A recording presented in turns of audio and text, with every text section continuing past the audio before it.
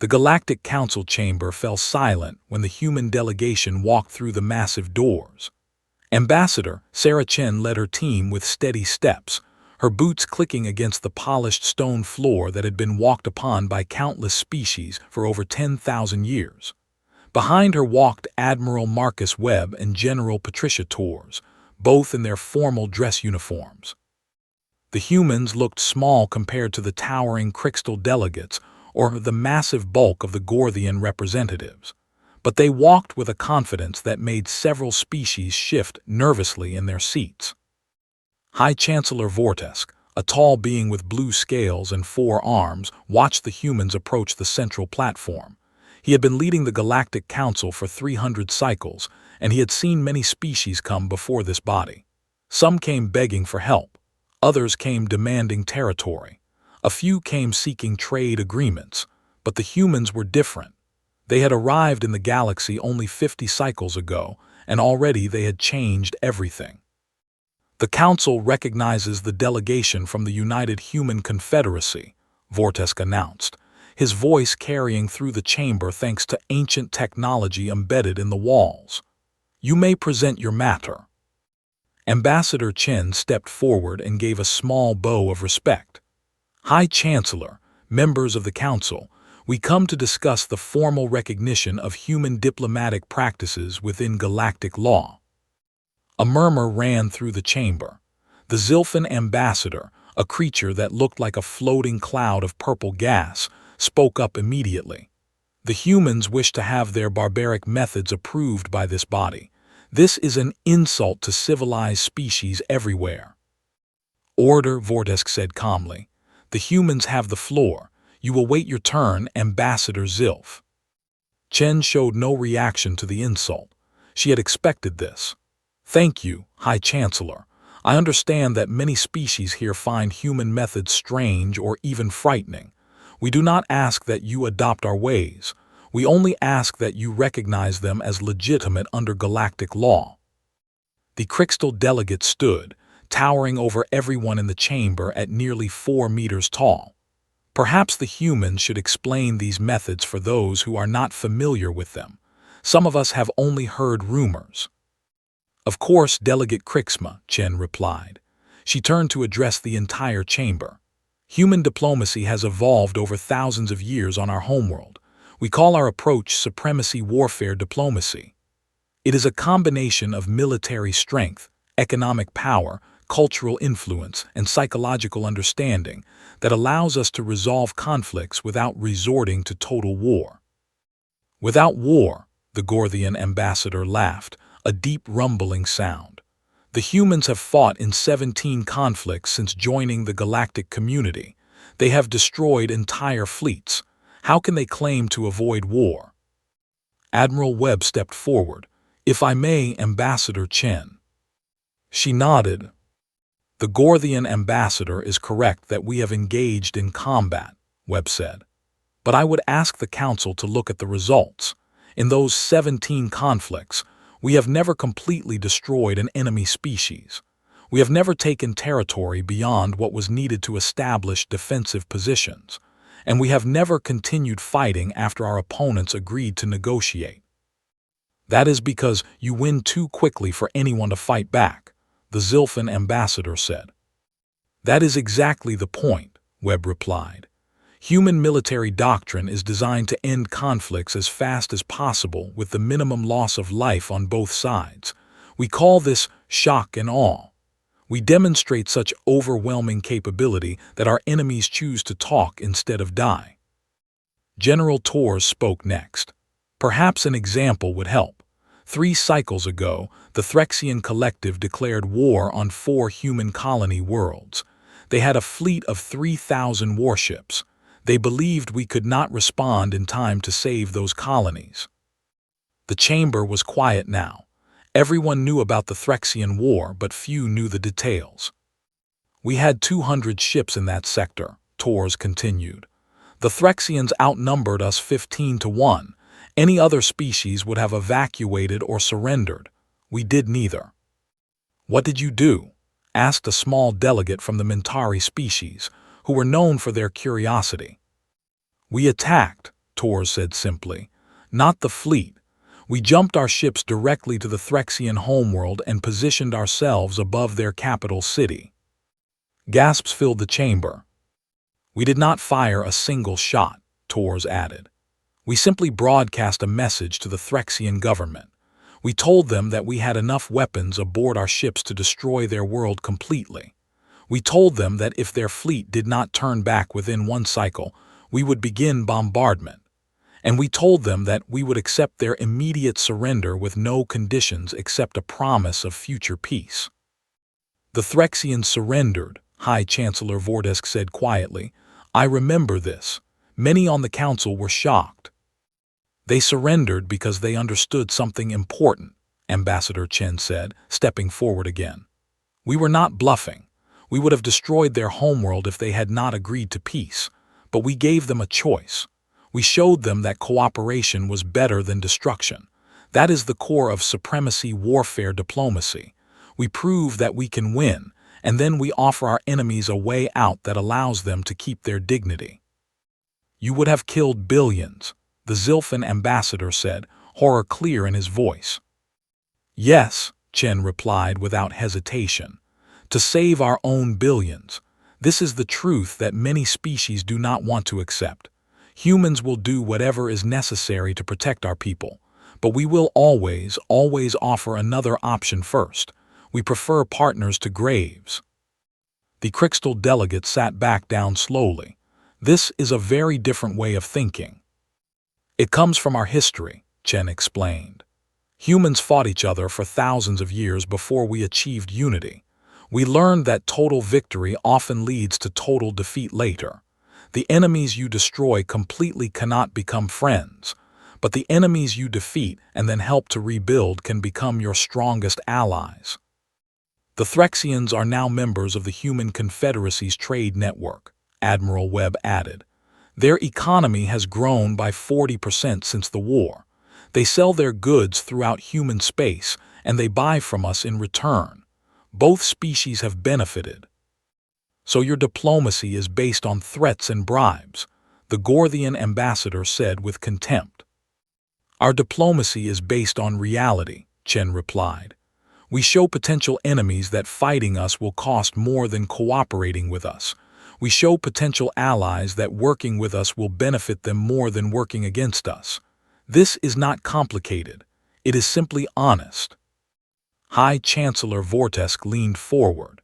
"And you wish the Council to formally recognize these methods?" "We do," Chen said. "Many species have accused humans of violating galactic law in our conflicts. We have been called aggressors, murderers, and worse. But we have followed our own laws perfectly. We ask that the Council acknowledge that human methods, while different, are legitimate ways of resolving disputes." The chamber erupted in argument. Species that had suffered from human military power spoke against the proposal. Species that had benefited from human trade spoke in favor. The debate continued for hours. But High Chancellor Vortesk watched the human delegation throughout, and he noticed something interesting. Ambassador Chen and her team showed no anxiety, no fear, and no anger. They waited patiently, answering questions when asked, providing evidence when challenged. They acted, Vortesk realized, like people who already knew they would win.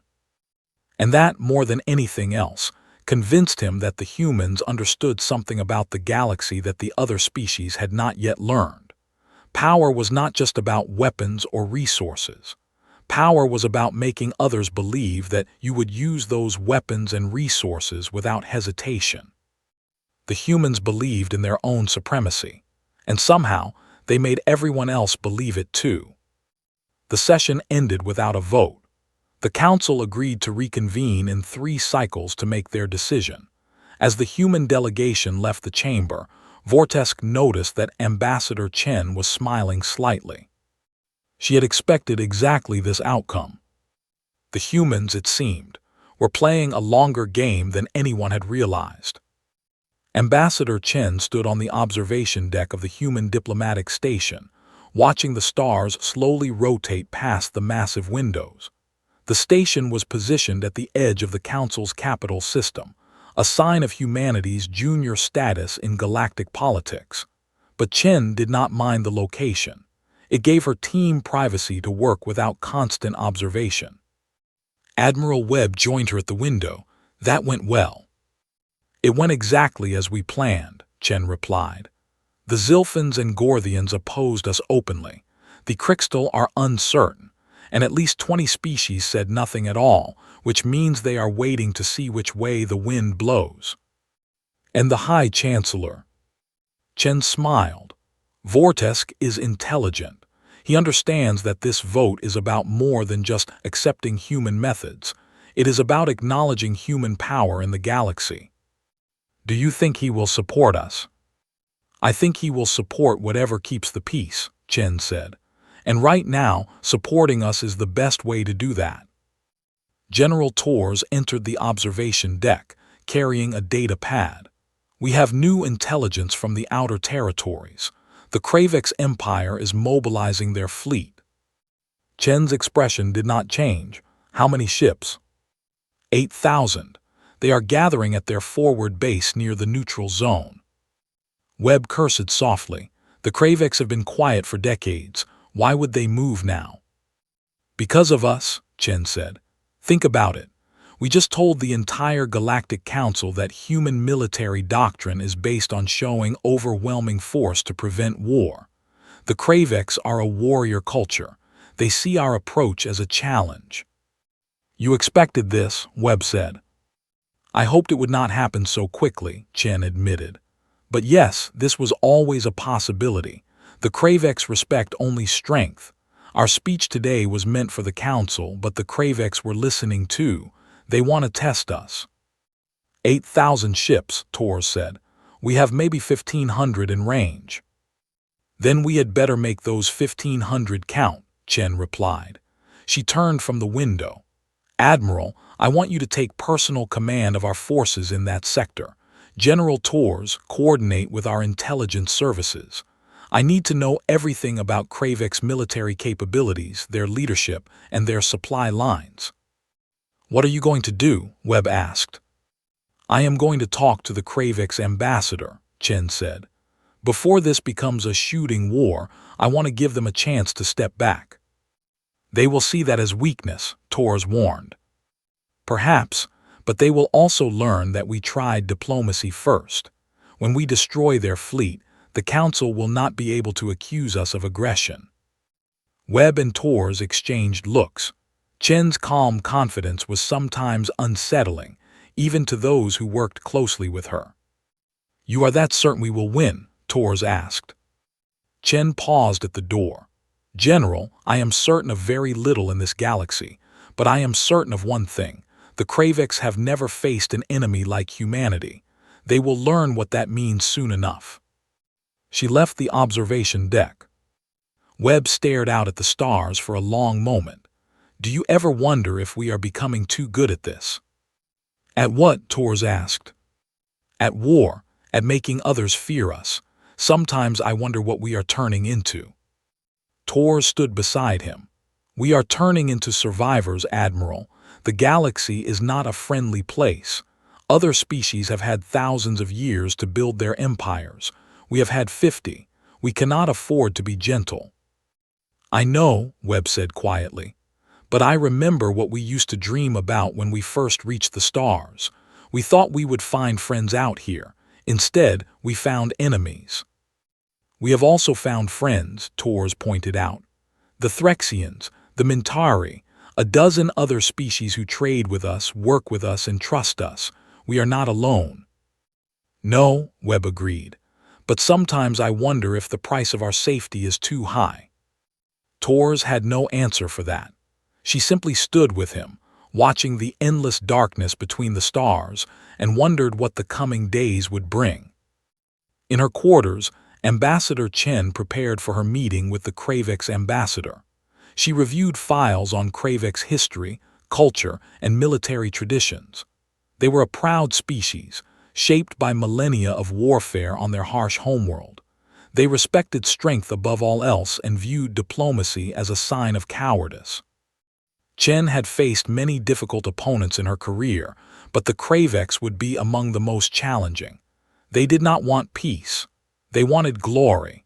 They wanted to prove themselves against the newcomers who had disrupted the galactic balance.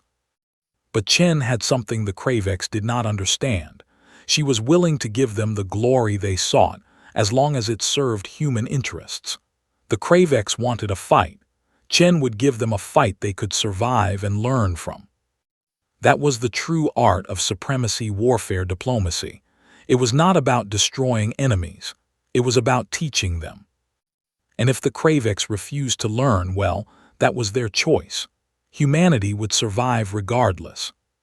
Chen finished her preparations and headed to the diplomatic chamber where the Kravex ambassador was waiting. Whatever happened next, she was ready. The galaxy was about to receive another lesson in human supremacy. The Kravex ambassador was named Warlord Grath, and he filled the diplomatic chamber with his presence. The Kravex were large creatures, standing over 3 meters tall with thick gray skin and 4 powerful arms. Grath's body was covered in ritual scars, each one marking a victory in battle. He looked at Ambassador Chen with open contempt. "You wish to speak with me, small one," he rumbled. "Speak quickly. I have little patience for words." Chen remained calm. "Warlord Grath, I have received reports that the Kravex Empire is gathering a fleet near the neutral zone. 8,000 warships is a significant force. I wanted to ask about your intentions." Grath laughed, a harsh sound like rocks grinding together. Our intentions are none of your concern, human. The Kravex Empire acts as it wishes." "Of course," Chen replied. "But as a neighbor, we naturally take interest in military movements near our borders." "Then you should be afraid," Grath said, leaning forward. "The Kravex have watched you humans for many cycles. You talk much about your power. You frighten the weak species of the Council with your threats and your strange warfare, but you have never faced the Kravex." "That is true," Chen acknowledged. "We have no quarrel with your people." "Quarrel?" Grath seemed amused. "We do not need a quarrel, human. We need only opportunity. You have grown arrogant. You believe you cannot be defeated. The Kravex will teach you otherwise." Chen nodded slowly. "I see. So this is about proving your strength." "All things are about strength. This is a truth your soft species does not understand. You win through tricks and threats. We win through combat, true combat, blood and fire and the screams of the dying. That is how the universe determines worth." "An interesting philosophy," Chen said. "Tell me, Warlord, how many wars has the Kravex Empire won in the last 1,000 cycles?" Grath's eyes narrowed. "Many. We have crushed dozens of species." "And how many of those species still exist today?" The Kravex was silent for a moment. "What does it matter if they exist? They were conquered." "It matters," Chen said, "because conquered species do not pay taxes. They do not build ships for your fleet. They do not grow food for your people. They simply stop existing. And each time you destroy a species, you lose a potential source of resources forever." Grath slammed one of his fists on the table between them. "You speak of economics while I speak of glory." "I speak of survival," Chen replied, unmoved by his display. "The Kravex Empire has been shrinking for 300 cycles. Your population is declining. Your resource worlds are depleted. You win every battle, but you are slowly dying." "Lies." "Facts. I have the data if you wish to see it. The Kravex method of total war is unsustainable. You are running out of enemies to conquer because you kill them all. Soon there will be nothing left to fight." Grath stood towering over her. "Perhaps we will start with you." Chen remained seated, looking up at him without fear. "Perhaps you will try, and perhaps you will succeed in destroying some of our worlds. Perhaps you will kill millions of humans, but in the end you will lose.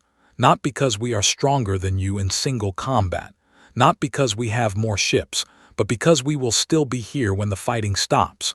We know how to end wars, Warlord. You only know how to fight them." For a long moment Grath stared at her. Then slowly he sat back down. You are either very brave or very foolish human. I am practical, Chen said. I would rather not fight your people. I would rather find a way for both our species to benefit from cooperation. But if you insist on war, then war you will have. And when it is over and your fleet is destroyed and your worlds are surrounded, we will offer you the same choice we offer all our enemies: peace with dignity or death without mercy. Grath was quiet for a long time. When he finally spoke, his voice was different, less aggressive, more thoughtful. You truly believe you would win?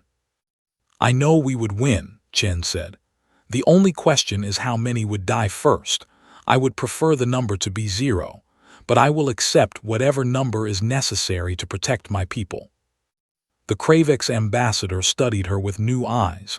You are not like the other species in the council. They fear conflict. You embrace it.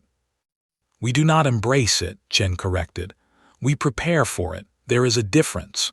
Humans learned long ago that the best way to avoid war is to be ready for it at all times. We hope for peace. We plan for war. And when war comes, we fight to win. Grath nodded slowly. Perhaps we should discuss this further. Not now, but soon. The Kravex have not had a worthy opponent in generations. It would be a shame to waste such potential on a single battle. Chen smiled. I would welcome such discussions, Warlord. The universe is large. There is room for both our peoples to find glory. They talked for another hour, and by the end, something had shifted between them. Not friendship exactly, but understanding, respect. When Chen returned to her quarters that night, she allowed herself a small moment of satisfaction. The Kravex fleet would still be a threat, but Grath was now willing to consider alternatives to immediate war. One battle at a time, she thought, one enemy at a time. That was how humanity would claim its place among the stars. The next 3 cycles passed quickly. The Galactic Council debated and argued while humanity watched and waited. The Kravex fleet remained at their forward base, neither advancing nor retreating.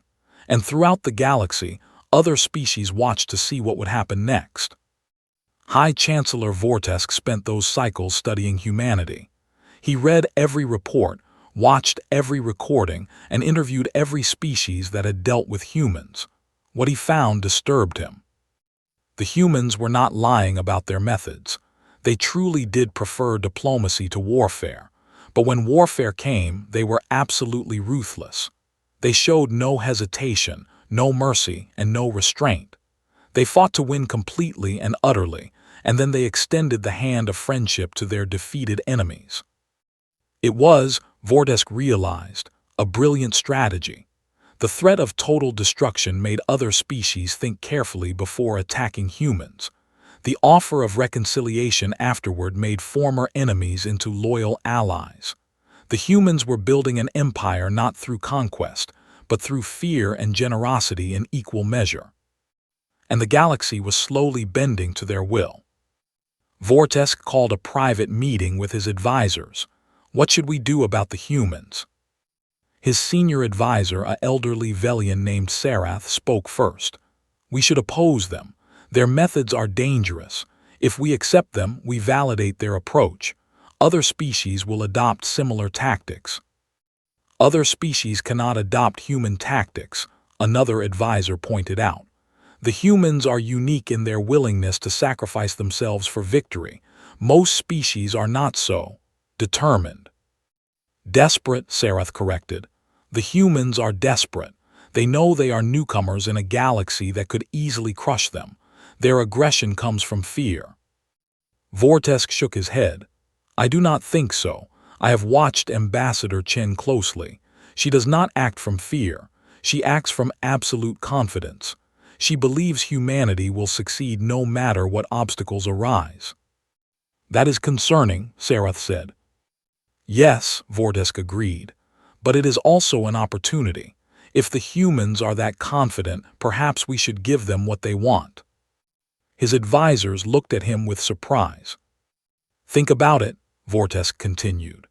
The humans are going to expand their influence regardless of what we do. They are too powerful and too determined to stop.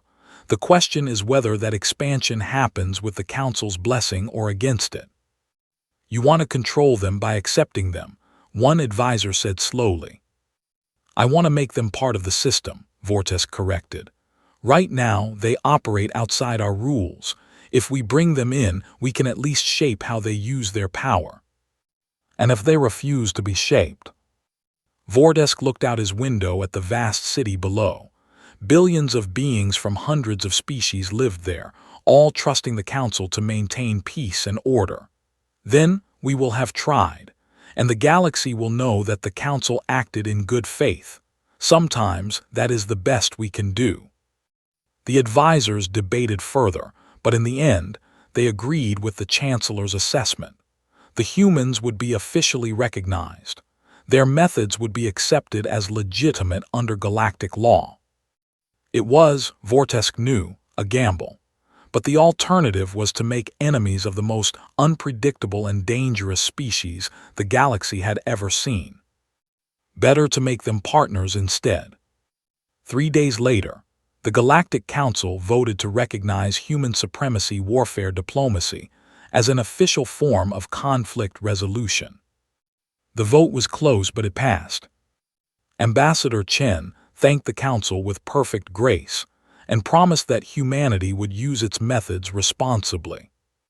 No one in the chamber quite believed her. But no one was willing to say so out loud. The age of human dominance in the galaxy had begun. News of the Council's decision spread quickly. Within days, every major species knew that humanity's approach to warfare and diplomacy had been officially legitimized. Reactions varied widely. The Threxians celebrated. Their alliance with humanity had been vindicated. Trade between the two species increased immediately, and talks began about deeper military cooperation. The Zilfins withdrew their ambassador in protest. They declared that the Council had surrendered its moral authority and that they would not recognize the decision. However, they also quietly increased their own military spending. The Gorthians made no public statement, but their intelligence services began studying human military doctrine intensively. If the Council would not stop the humans, perhaps they could at least learn from them. And on the Kravek's homeworld, Warlord Grath stood before his emperor and delivered a surprising recommendation. We should not attack the humans, he said. The emperor, an ancient Kravex with more scars than unmarked skin, stared at him. You have met with their ambassador. Did she threaten you? She explained their methods, Grath replied. They are not like other species, Majesty. They understand warfare as we do. They are willing to sacrifice everything for victory. Then they are worthy opponents. Yes, Grath agreed. But that is exactly why we should not fight them yet. We should watch them, study them, learn how they think and how they fight. When we finally face them in battle, we should do so with full knowledge of their capabilities. The Emperor considered this, and if they attack us first, then we will defend ourselves with all our strength. But I do not believe they will attack. They prefer to win without fighting. They will try diplomacy first, then economics, then threats. Only when all else fails do they resort to war. A strange philosophy for warriors. Perhaps, but an effective one. They have never lost a conflict, Majesty, not one. Perhaps their approach has merit. The Emperor was silent for a long moment. Then he nodded slowly. Very well, Warlord, we will wait and watch, but if the humans prove weak, we will strike without hesitation. Of course, Majesty. Grath left the Imperial chamber with mixed feelings. Part of him wanted the war, wanted to test himself against these strange newcomers from beyond the galaxy. But another part, a part that had only emerged after his meeting with Ambassador Chen, wanted to see what else was possible. The humans had shown him a different way to achieve glory. Perhaps there was more to strength than simply destroying one's enemies. Perhaps there was wisdom in building as well as breaking. On the human diplomatic station, Ambassador Chen received reports from across the galaxy. The Council's decision was already changing things. Species that had feared humanity were now approaching them for trade deals and security agreements. The balance of power was shifting. Admiral Webb entered her office. The Kravex fleet is standing down. They're returning to their normal patrol routes. Grath kept his word, Chen said with satisfaction. I thought he might. You impressed him. I told him the truth. That is usually enough for warriors. They respect honesty, even if they do not always practice it. Webb sat across from her. What happens now? Chen leaned back in her chair and considered the question. Now we build. The Council has given us legitimacy. We need to use it wisely, expand our trade networks, strengthen our alliances, and continue to demonstrate that working with humanity is better than working against us. And if someone decides to test us anyway, then we remind them why our methods work. Chen's voice was calm, but her eyes were hard. We do not seek war, Marcus, but we will never run from it. That is the foundation of everything we have built. As long as our enemies believe we will fight without hesitation, most of them will choose not to become enemies at all. Deterrence through demonstrated capability. Exactly. The best weapon is the one you never have to use, but for that to work, everyone must believe you will use it if necessary. Webb nodded. He had heard this philosophy many times, but it still sometimes troubled him. Do you ever wonder if we've gone too far, created a galaxy that fears us more than respects us? Chen was quiet for a moment. I wonder about many things, Marcus, but I do not regret what we have done. Before humanity arrived, the galaxy was a place of endless war. Species fought and died, rose and fell in cycles that never ended. We have not brought peace exactly, but we have brought stability.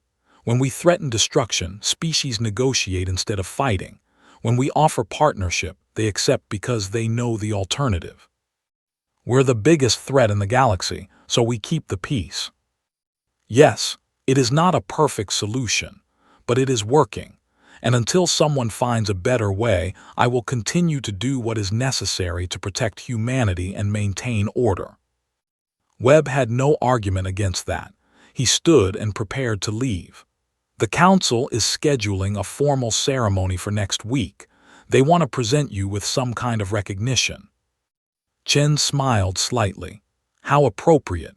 The Council recognizing our methods by giving us an award. Make sure our people are properly dressed for the occasion. Of course, Ambassador. After he left, Chen returned to her window and the endless stars beyond. Somewhere out there, 100 different species were making decisions that would shape the future of the galaxy. Some of those decisions would lead to conflict. Some would lead to cooperation. And humanity would be ready for either. The age of human supremacy had officially begun. But Chen knew that every supremacy eventually faced challenges. Other species would adapt. New threats would emerge. The balance of power would shift again and again over the coming centuries. Humanity would need to evolve too. Their methods would need to change as circumstances changed. What worked today might fail tomorrow. But that was a problem for another time. For now, the humans had won a significant victory without firing a shot. The Galactic Council had bent to their will, and the galaxy was learning to accept human dominance. Chen allowed herself a moment of pride. 50 years ago, humanity had been alone in the cosmos, unsure if any other intelligent life existed. Now they were one of the most powerful species in the known galaxy. It was, by any measure, an extraordinary achievement. And it was only the beginning. The ceremony at the Galactic Council was elaborate. Representatives from over 300 species attended, filling the great chamber with a rainbow of forms and colors. Ambassador Chen stood on the central platform while High Chancellor Vortesk read the formal declaration. The Galactic Council hereby recognizes the diplomatic and military methods of the United Human Confederacy as legitimate practices within galactic law. The approach known as human supremacy warfare diplomacy is acknowledged as a valid form of conflict resolution. subject to the same rights and restrictions as all other recognized methods. Applause filled the chamber, though Chen noted that some sections remained silent.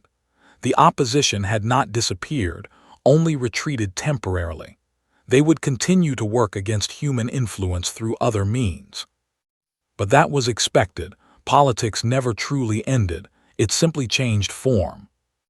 Vortex continued with the formal ceremony, presenting Chen with a crystal symbol of recognition that had been given to only a handful of beings in council history. She accepted it with appropriate grace and delivered a short speech promising that humanity would use its recognized methods responsibly. Afterward, at the reception, she circulated among the delegates, speaking with allies and opponents alike. Every conversation was a negotiation, every word carefully chosen. This was the true work of diplomacy, and Chen was a master of it. Admiral Webb stayed close, watching for any signs of trouble. But the reception passed peacefully, and by the end of the evening, humanity's position in the galaxy was stronger than ever. As they prepared to leave, Vortex approached Chen privately. "Ambassador, a moment of your time." "Of course, High Chancellor." They stepped into a quiet alcove away from the crowd. Vortex studied her with his ancient eyes. "You have achieved a remarkable victory today," he said. "I congratulate you." "Thank you, but I sense you did not ask to speak with me simply to offer congratulations." Vortex smiled slightly. "You are perceptive. No, I wanted to ask you something I have been wondering about since you first came to the council." "Please ask." "What do humans really want? What is the ultimate goal of your species?" Chen considered the question carefully. "We want what every species wants, High Chancellor.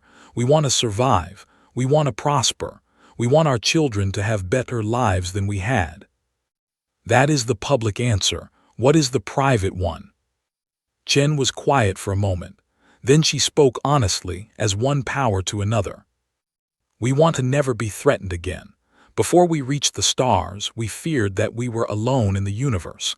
Now we know we are not alone, and we have discovered that the universe is dangerous. Species rise and fall. Civilizations are destroyed. We do not intend to be among those who fall.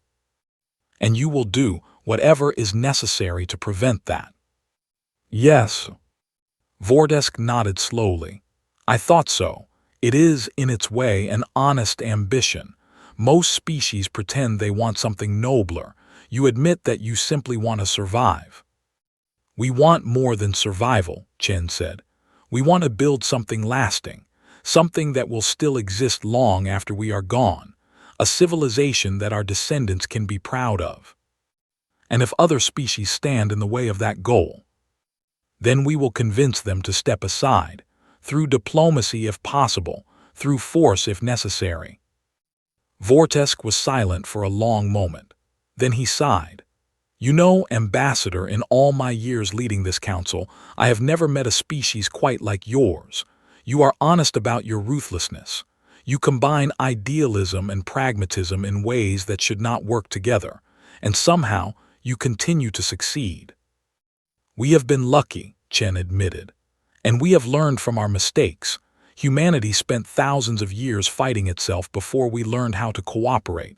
We nearly destroyed ourselves several times, but we survived and we learned. Now we apply those lessons to the galaxy." "The galaxy may not appreciate the lesson." "No, but it will learn eventually. That is the nature of progress.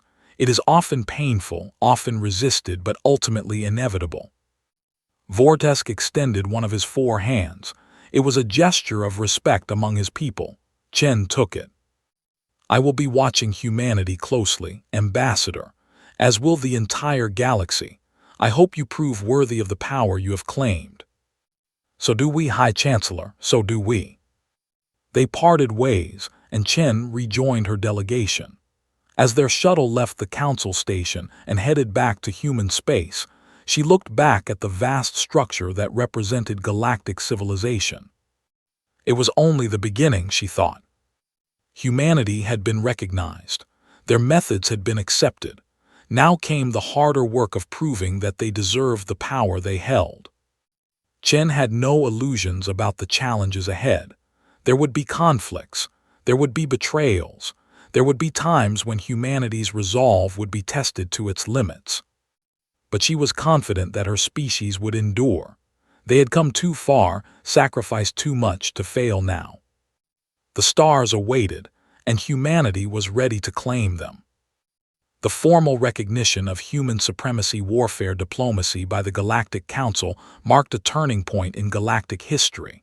In the years and decades that followed, humanity's influence expanded steadily. New alliances were formed, trade networks grew, and whenever conflicts arose, human methods proved effective at resolving them quickly and with minimum loss of life. Not everyone accepted human dominance. There were rebellions and resistance movements. Some species refused to bow to what they saw as human arrogance. But one by one, they learned that opposing humanity was far more costly than cooperating with it. The Kravex Empire eventually became one of humanity's closest allies. Warlord Grath spent years studying human methods and adapted them for his own species. Under his influence, the Kravex transformed from a declining warrior culture into a thriving military power that worked alongside humanity to maintain galactic stability. The Zilfins never fully accepted the new order, but they learned to work within it. Their initial anger faded into grudging respect as they saw the results of human diplomacy. Wars that might have lasted generations were ended in months. Billions of lives that might have been lost were saved. High Chancellor Vortesk served another 100 cycles before retiring. In his final speech to the Council, he reflected on the changes he had witnessed. When the humans first came to us, I did not know what to expect. They were strange and frightening, with methods that seemed barbaric by our standards. But I have lived long enough to see the results of their approach. The galaxy is not at peace, for peace is not in the nature of living beings. But the galaxy is more stable than it has been in millennia. Conflicts end quickly. Enemies become partners. And for the first time in longer than anyone can remember, species look to the future with hope rather than fear. He looked directly at the human delegation, led now by a successor to Ambassador Chen, who had retired decades earlier. I do not know if this is the future I would have chosen, but it is the future we have, and I am grateful that I lived to see it. The Council applauded, and a new era of galactic cooperation began. Ambassador Sarah Chen spent her final years on Earth, the planet where humanity had been born. She walked through the streets of rebuilt cities and remembered what they had looked like when she was young, before first contact, before the galaxy had opened up before them. So much had changed. Humanity had grown from a single species on a single world into a civilization spanning thousands of stars. They had faced challenges that would have destroyed lesser peoples and emerged stronger each time. In her memoirs, she wrote, "We did not choose to be supremacists, we chose to survive. And in surviving, we learned that the best way to protect ourselves was to make ourselves indispensable to others. We became the species that everyone feared and everyone needed. It was not elegant, it was not always moral, but it worked. And in the end, that is what matters." She died peacefully at the age of 112, surrounded by children and grandchildren who would carry on her work. At her funeral, representatives from 100 different species came to pay their respects. They had not always agreed with her methods. They had not always liked her, but they respected what she had achieved. Human supremacy, warfare diplomacy, had changed the galaxy. And the galaxy would never be the same. In the centuries that followed, humanity continued to evolve. Their methods adapted to new circumstances. New challenges arose and new solutions were found. But the core principle remained the same: strength tempered by wisdom, power guided by pragmatism. The universe was vast and full of dangers, but humanity had learned how to face those dangers together. They had learned that survival was not enough. that they needed to build something worth surviving for. And so they did. The Galactic Council's recognition of human supremacy warfare diplomacy became known as one of the pivotal moments in galactic history. It marked the point when humanity truly joined the community of spacefaring civilizations, not as newcomers to be tolerated, but as leaders to be followed. Future historians would debate whether this was a good thing or a bad thing. They would argue about the cost of human methods and the value of human achievements. They would write books and give lectures and disagree endlessly about the meaning of it all. But one fact remained undisputed. Humanity had arrived among the stars and made them their own. And no one would ever doubt them again. The story of humanity in the galaxy was just beginning. There would be more challenges ahead, more enemies to face, more alliances to build. The universe would continue to test them in ways they could not imagine. But they would be ready. Because that was what it meant to be human. To face the darkness without fear, to offer peace without weakness, to fight without mercy when fighting was necessary, and to build bridges with former enemies when the fighting was done. Human supremacy warfare diplomacy was more than just a method of conflict resolution. It was a statement of intent, a declaration that humanity would not simply exist in the galaxy, but would shape it according to their vision. Whether the galaxy would ultimately thank them or curse them remained to be seen. But the humans did not particularly care about gratitude. They cared about results. And results they would have. The stars awaited, vast and infinite and full of possibility. And humanity was ready to claim them all.